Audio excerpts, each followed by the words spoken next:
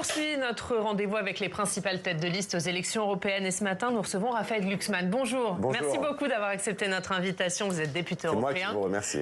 Et tête de liste PS Place Publique pour ces élections européennes. On est ensemble pour une interview en partenariat avec la presse régionale, représentée par Julien Lécuyer de La Voix du Nord. Bonjour Julien. Bonjour Oriane, bonjour Monsieur Glucksmann. Bonjour. Raphaël Glucksmann, on va évidemment revenir sur vos programmes et votre programme et votre projet. Mais d'abord, quelques questions d'actualité, notamment ce qui se passe en Nouvelle-Calédonie, en proie à de vives tensions. 4 morts sont à déplorer dans les émeutes, dont un gendarme. Est-ce que, selon vous, Gabriel Attal a eu raison de déclencher l'état d'urgence et d'envoyer l'armée en Nouvelle-Calédonie? Il faut rétablir l'ordre républicain et mettre fin aux violences. Mais la proclamation de l'état d'urgence et le rétablissement de l'ordre ne suffiront pas. Il faut aussi donner une solution politique. Et ça passe par la suspension de la révision constitutionnelle. Vous savez, il faut renouer avec l'esprit des accords de Matignon, de Michel Rocard, avec l'esprit de l'accord de Nouméa, de Lionel Jospin, avec un esprit qui a prévalu, en fait, y compris pendant le premier mandat d'Emmanuel Macron, qui est un esprit de concorde, de compromis, de consensus, d'abord élaboré sur place. Et là, ce qui s'est passé, c'est une sorte de hâte qui a conduit à, finalement, rompre avec l'esprit des accords. On s'est trompé de méthode, il aurait fallu laisser par exemple le dossier à Matignon, c'est ce que reprochent certains acteurs, type quand le ministère de l'Intérieur a repris le dossier, les choses se sont tendues. Et ce dossier, traditionnellement, il est traité à Matignon. Et il est traité dans l'esprit qu'avait installé Michel Rocard, depuis l'origine. Et c'est ça qui conduit aux violences. Alors après, maintenant, il faut rétablir l'ordre. Il faut condamner les violences.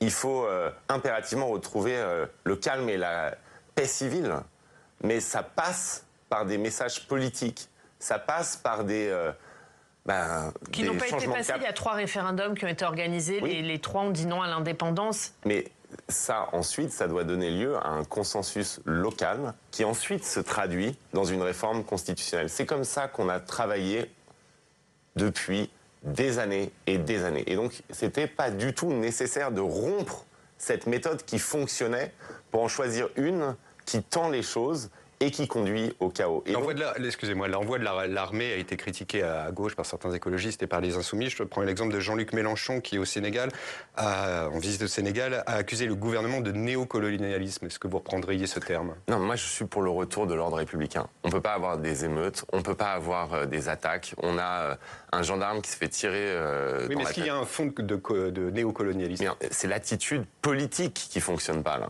C'est-à-dire que c'est la stratégie du coup de menton qui s'applique à la Nouvelle-Calédonie, mais qui d'ailleurs est une stratégie et une méthode qui s'applique en règle générale depuis que Emmanuel Macron est président de la République. C'est-à-dire cette idée qu'on peut hâter les choses et qu'on peut décider à la place d'un processus qui est un processus compliqué, fragile, de fabrication du consensus. Il fallait donner encore plus de temps. C'est ça que il fallait laisser du temps aux acteurs locaux. C'est ce qu'on a fait depuis des années. Et c'est comme ça que la paix civile est revenue en Nouvelle-Calédonie. Et donc, rompre avec cela, c'était dangereux.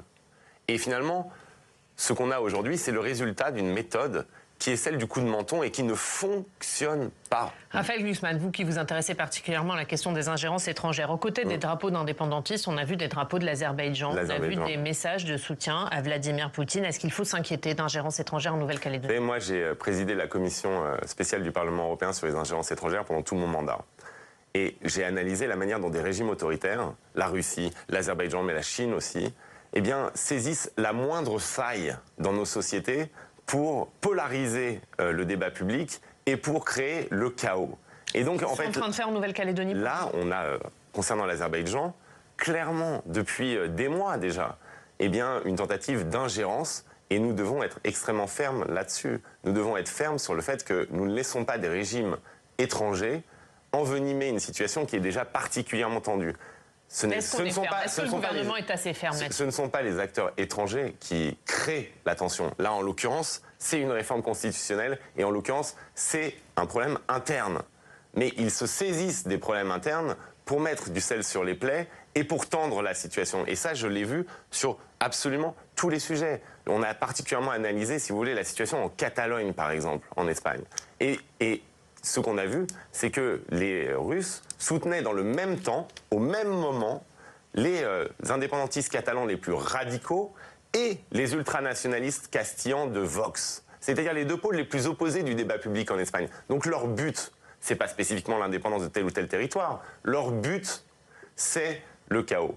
C'est de montrer que nos démocraties sont incapables de vivre dans l'ordre et la concorde civile. Et donc nous, notre rôle, c'est au contraire de cultiver cette concorde civile, de cultiver ce débat public apaisé. Et donc toute forme de brutalisation des processus est dangereuse en ce moment. Un mot sur une autre actualité, c'est le Premier ministre slovaque, Robert Fico, proche de Viktor Orban, qui a été victime d'un attentat hier. Il s'est fait tirer dessus en marge d'une réunion gouvernementale. À quoi vous attribuez cette montée de violence? C'est un phénomène général à travers toute l'Europe. Déjà, il faut condamner de la manière la plus ferme la tentative d'assassinat subie par le Premier ministre slovaque. Mais c'est un phénomène général qui, moi, me terrorise, je vous le dis, me tétanise. C'est ce phénomène de brutalisation extrême du débat public partout en Europe. J'ai un ami, Matthias Ecke, qui est député européen, qui siège à mes côtés, avec lequel on a mené des combats au Parlement européen, du Parti social-démocrate allemand, qui s'est fait lyncher alors qu'il collait une affiche par quatre néo-nazis ou fascistes, et qui a été laissé quasiment pour mort dans la rue. Il revient de ses blessures, il est soigné, mais on a un moment là de brutalisation de la vie publique, partout dans nos démocraties. Et ce que j'essaye de faire dans cette campagne, c'est justement d'être une forme d'antidote à cette brutalisation.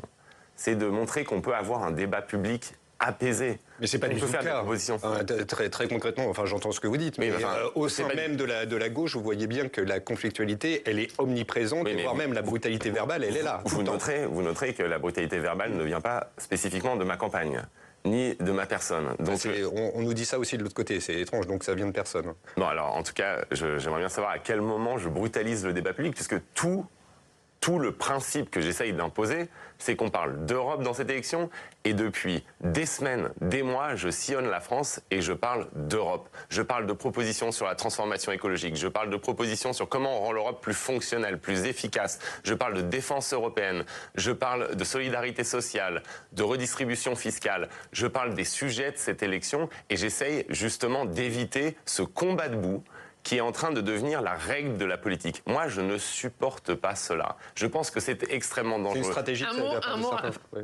pardon, non, parce qu'il faut qu'on avance. Il se passe beaucoup de choses en Europe. Il y a un accord, notamment aux Pays-Bas, un accord de gouvernement qui a été trouvé. Le dirigeant d'extrême droite, Geert Wilders, qui est à la tête de la principale composante de la coalition. Et dans cette coalition, il y a le Parti libéral de Mark Rutte qui siège avec les députés de Renaissance au Parlement européen. Est-ce que cet accord vous interpelle ? Mais il devrait interpeller l'ensemble des démocrates européens.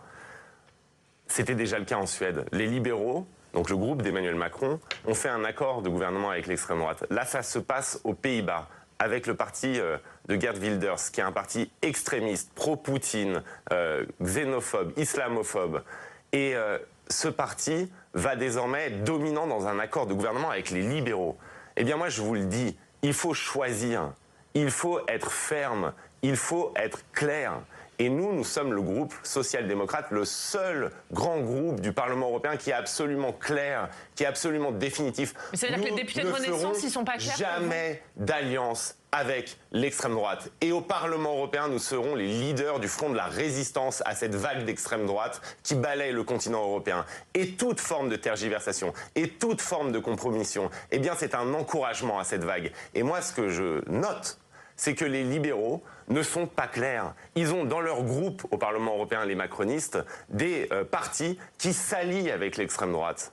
Vous savez, c'est même la raison pour laquelle Pascal Durand a quitté le groupe Renew pour rejoindre le nôtre, parce qu'il y avait eu cet accord avec la Suède et que le parti en Suède avec l'extrême droite et que le parti libéral allié d'Emmanuel Macron n'avait pas été sanctionné par le groupe Renew. Nous, quand un parti laisse même envisager une discussion avec l'extrême droite, il est exclu de notre groupe. C'est extrêmement clair. Nous voulons être la résistance, la digue à l'extrême droite en Europe. Donc Renaissance doit clarifier ses positions au Parlement européen. Mais ils doivent exclure les partis qui scellent des accords avec l'extrême droite. Sinon, en fait, nous surjouer le barrage à chaque élection en France Vouloir réinstaller en permanence ce match entre Emmanuel Macron et Marine Le Pen, Gabriel Attal et Jordan Bardella, quitte à kidnapper les élections à chaque fois, et ensuite au Parlement européen, travailler avec des partis qui font des alliances de gouvernement avec l'extrême droite. Mais on est là dans la tartufferie la plus absolue. Il faut clarifier ses positions. Clarifier ses positions, c'est-à-dire si vous faites une alliance avec l'extrême droite, vous ne faites plus partie de notre groupe. C'est notre ligne chez les sociodémocrates.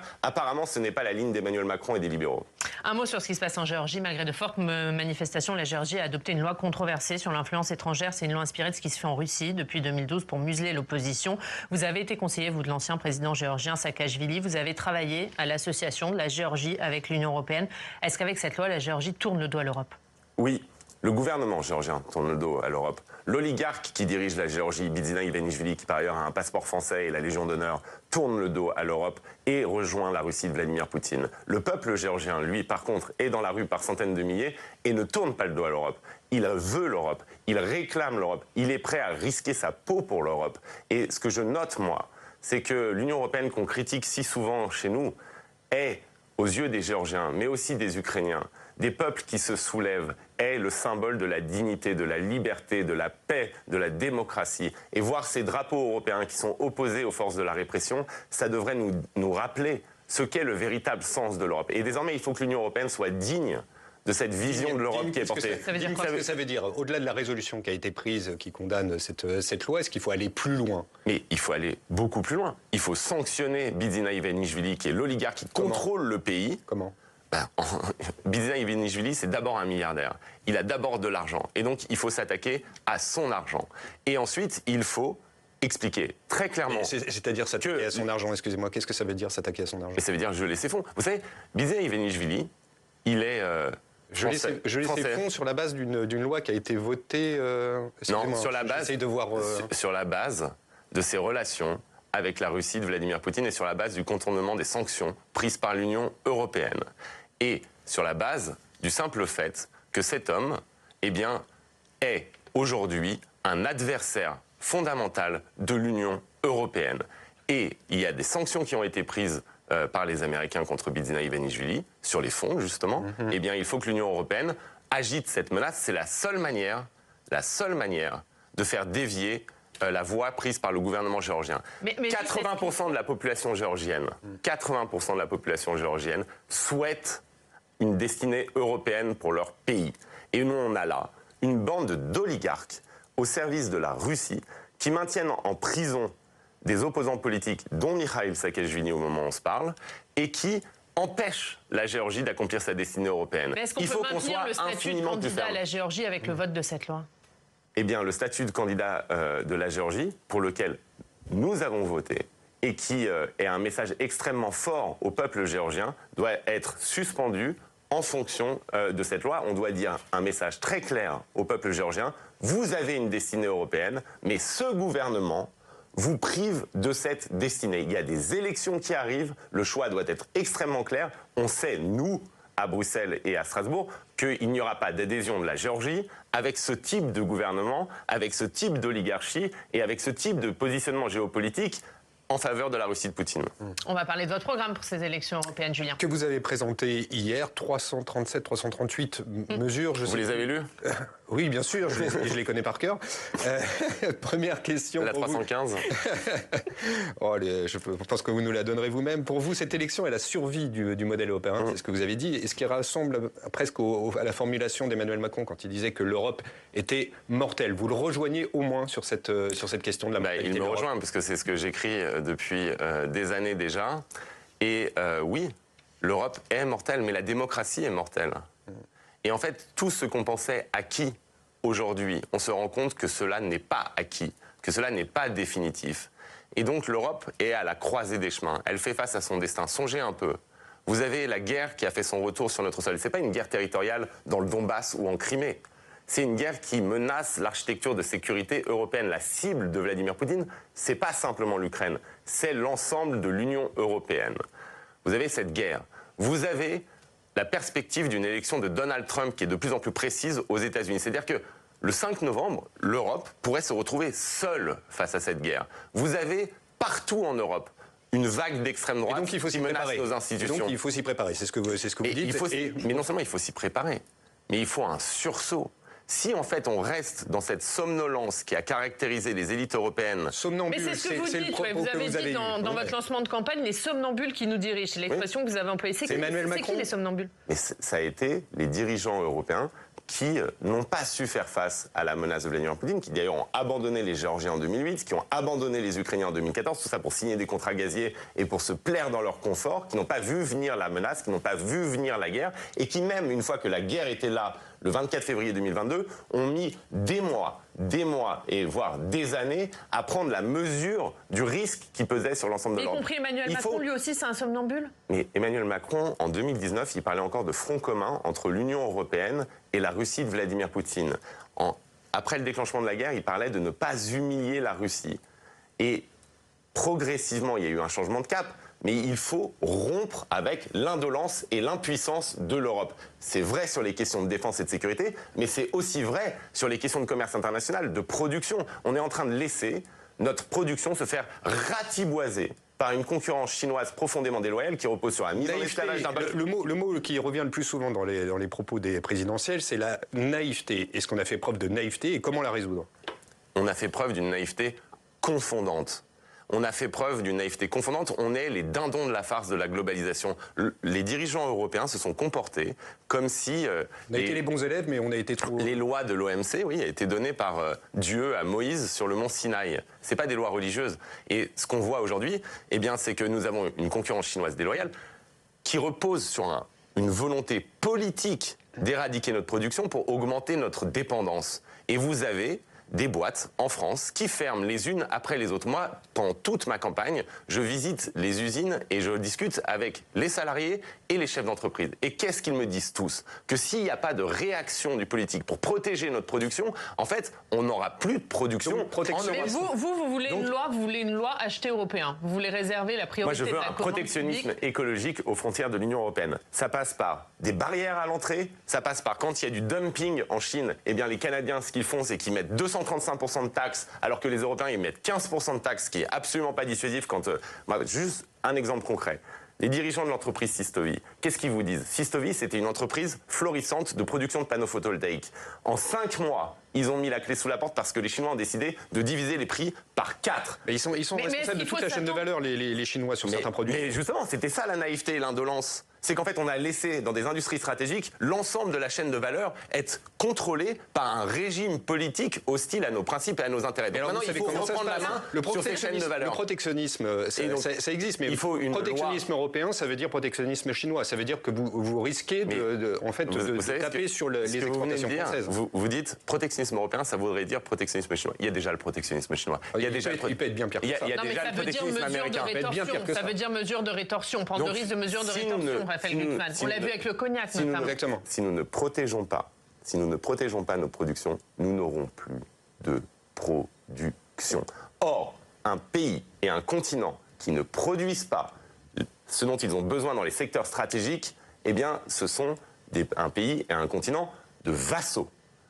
D'accord? Donc, si vous voulez être libre, il faut être capable de produire ce dont vous avez besoin pour survivre. Votre sécurité, qui ne peut pas dépendre que des États-Unis, votre énergie, qui ne peut pas dépendre que des pétromonarchies du Golfe. C'est pour ça qu'il faut faire la révolution énergétique, pas simplement pour lutter contre l'effondrement climatique, mais aussi pour assurer la souveraineté de l'Europe. Et vos biens dans tous les secteurs stratégiques. Je veux dire, ne soyons pas des poissons rouges. On a vécu une pandémie où on a ressenti tous le même sentiment d'humiliation quand on a vu que nos pays n'étaient pas capables de produire des masques, du Curare ou du Doliprane. Eh bien, ce sentiment d'humiliation, il était fondé en vérité, en réalité.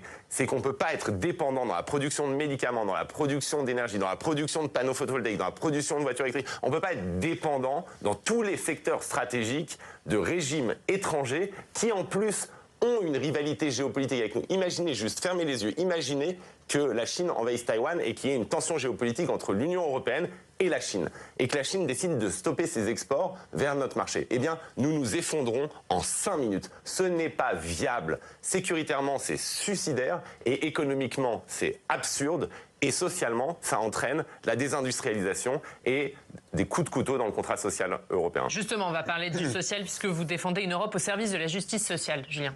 Oui, et en ce sens, vous voulez instaurer une directive européenne pour un revenu minimum, j'ai lu.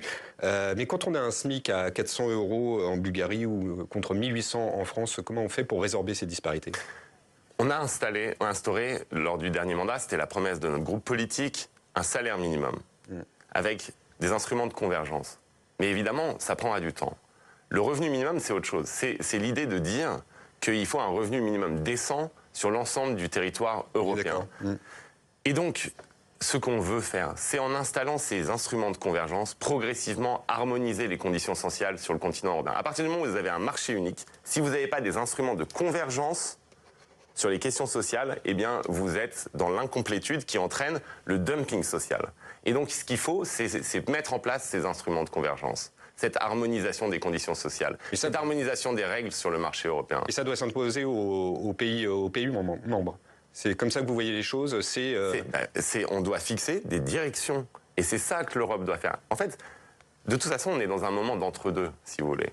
On a fait un marché unique, mais on n'a pas fait de règles communes. Parlez avec nos agriculteurs qui font face à une concurrence absolument déloyale. Qu'est-ce qu'ils vous disent? Ils vous disent pas sortons du marché unique. Ils vous disent qu'on mette les mêmes règles partout.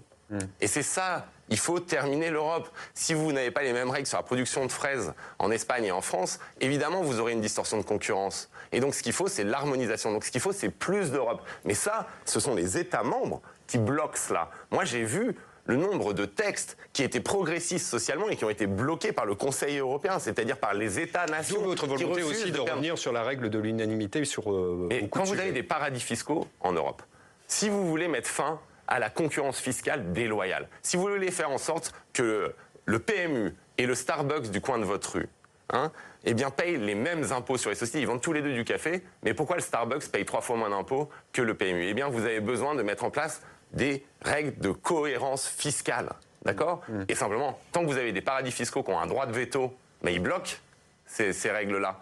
Et de la même manière, quand vous voulez faire des sanctions sur Vladimir Poutine et son régime, pour faire face à la guerre en Ukraine qui nous menace tous, eh bien, vous ne pouvez pas dépendre du veto de M. Orban. Donc, fin du veto. Et donc, il faut passer à la majorité qualifiée. Il faut rendre l'Europe efficace. Et rendre l'Europe efficace, rendre l'Europe puissante et souveraine, ça suppose aussi de changer ses institutions. Alors, j'ai bien conscience que ce n'est pas le sujet le plus passionnant pour l'ensemble des gens, mais ça a un impact extrêmement concret sur la vie quotidienne.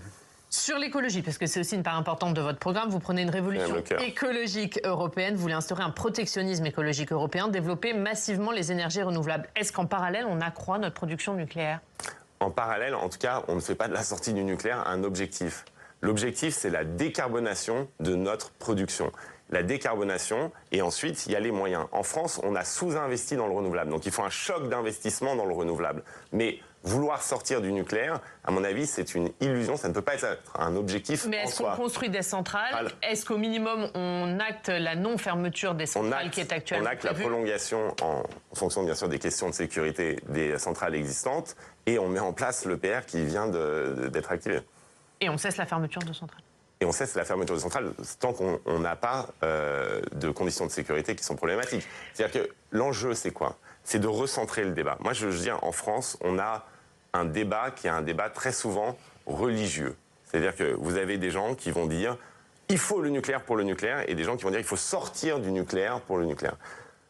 La finalité, c'est pas le nucléaire en soi. Le nucléaire, c'est un moyen. La finalité, c'est la décarbonation. Et là-dessus, on doit être intransigeant. La sortie de notre addiction aux fossiles, la sortie de notre addiction au gaz, au pétrole, la décarbonation de notre production. Et ça passera par une part de nucléaire dans notre mix énergétique. On ne va pas l'imposer aux pays européens qui n'en veulent pas. Mais en France, on l'a. Donc on ne va pas organiser notre politique pour en sortir. Un mot, on va terminer sur votre campagne. Vous êtes actuellement 3e dans les sondages. Est-ce que pour vous, le débat entre Jordan Bardella et Gabriel Attal, qui aura lieu la semaine prochaine, risque de vous coûter des points? Mais je ne sais pas si ça va me coûter des points. Mais je pense que ça coûte des points à la démocratie française. Vous avez une élection, là. C'est une élection européenne. Gabriel Attal, il est candidat à l'élection européenne. Donc, il veut dire quoi, ce débat, en fait? Déjà, pourquoi on choisit que ce serait un face-à-face entre les macronistes et l'extrême droite? Entre la droite et l'extrême droite? Mais dans tous les sondages là, qui viennent de sortir, on est à touche-touche avec la liste macroniste, avec la liste de Valérie Pécresse. Donc au nom de quoi on restaure ce duel-là dans un moment où précisément on voit bien que cette élection n'est pas une affaire de duel entre la droite et l'extrême droite. Est-ce que c'est le rôle du service public d'organiser un tel débat aussi proche de l'élection ? Et le service public, c'est le service du public, c'est pas le service du gouvernement. J'ai bien compris, moi, que les stratèges de l'Élysée, ils veulent absolument nous faire gober que cette élection serait un match entre Macron et l'extrême droite. Mais l'émergence de notre liste, la dynamique qu'on est en train de créer, est justement en train de chambouler l'ensemble de ces plans. Les gens suffoquent, ils en veulent pas de ce match. Ils savent qu'il y a autre chose, qu'il y a une autre voie. Et nous, donc vous auriez refusé un débat avec Gabriel Attal? Et surtout, moi, ce que je dis, c'est qu'on n'organise pas ce débat-là. Alors sinon, il faut organiser entre les trois forces qui sont en tête. J'en sais rien, moi, mais enfin, trouver quelque chose. Mais des débats en face à face, il y en a eu plusieurs dans la campagne. Et Gabriel Attal, il n'est pas candidat à ces élections, ou alors il s'engage à siéger au Parlement européen. Mais jusqu'à preuve du contraire, j'ai pas vu sur la liste de Renaissance le nom de Gabriel Attal en tête de liste. C'est Madame Hayé qui est tête de liste. Donc en fait, si vous voulez organiser un débat entre les trois premières listes, organisez-le, mais n'organisez pas un débat entre la droite et l'extrême droite, alors même que nous sommes à touche-touche et que nous montrons depuis des semaines que la gauche humaniste pro-européenne, celle de Jacques Delors, celle de Robert Badinter, est en train de revivre et que cet espoir-là, eh bien, il ne peut pas être mis sous le tapis par une stratégie de communication pathétique d'un gouvernement et d'un président qui ont servi de marchepied au Rassemblement national et qui, à chaque élection, font semblant d'être le barrage. Un dernier mot, Raphaël Glucksmann, vous êtes entré sur la scène politique en 2019, un peu sur la pointe des pieds. Depuis, vous semblez y avoir pris goût. Jusqu'où ira Raphaël Glucksmann? Est-ce que vous êtes la relève du Parti socialiste aujourd'hui? Moi, je suis dans mon combat sur l'Europe. Vous savez, c'est extrêmement important. Mais vous dites que vous avez réveillé la gauche, c'est le thème de votre campagne, c'est votre slogan. Mon slogan, c'est de réveiller l'Europe.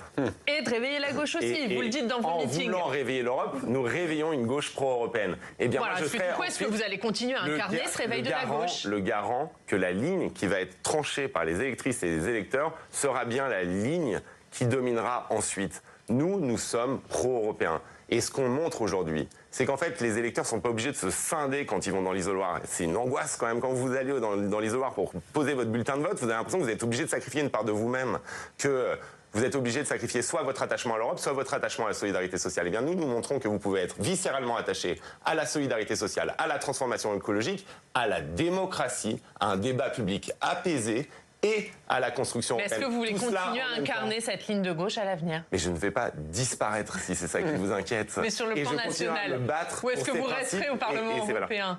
Ou est-ce que sur le plan national, vous avez un avenir? Et moi, vous savez, alors, un avenir, il y a vraiment qu'en France où on pense qu'un avenir, ça passe nécessairement pas par le Parlement européen. Je vous jure qu'on prend des décisions extraordinairement importante pour l'avenir des Françaises et des Français. Et je vous jure que l'engagement pour la construction d'une démocratie européenne, d'une puissance européenne, ça peut être l'engagement d'une vie. Et donc moi, je serai le garant que cette ligne-là, eh bien, elle domine et qu'on a une alternative qui nous permet juste une chose, qui nous permet en vérité de respirer. On n'en pouvait plus là, coincé dans cette scène politique bloquée. Enfin, on respire et on va continuer à respirer après le 9 juin. Merci Raphaël Glucksmann. Merci beaucoup d'avoir été notre invité. La une de La Voix du Nord face aux émeutes, l'état d'urgence. Sur les événements en Nouvelle-Calédonie, tout à fait. Merci beaucoup Julien. On passe au Club des Territoires.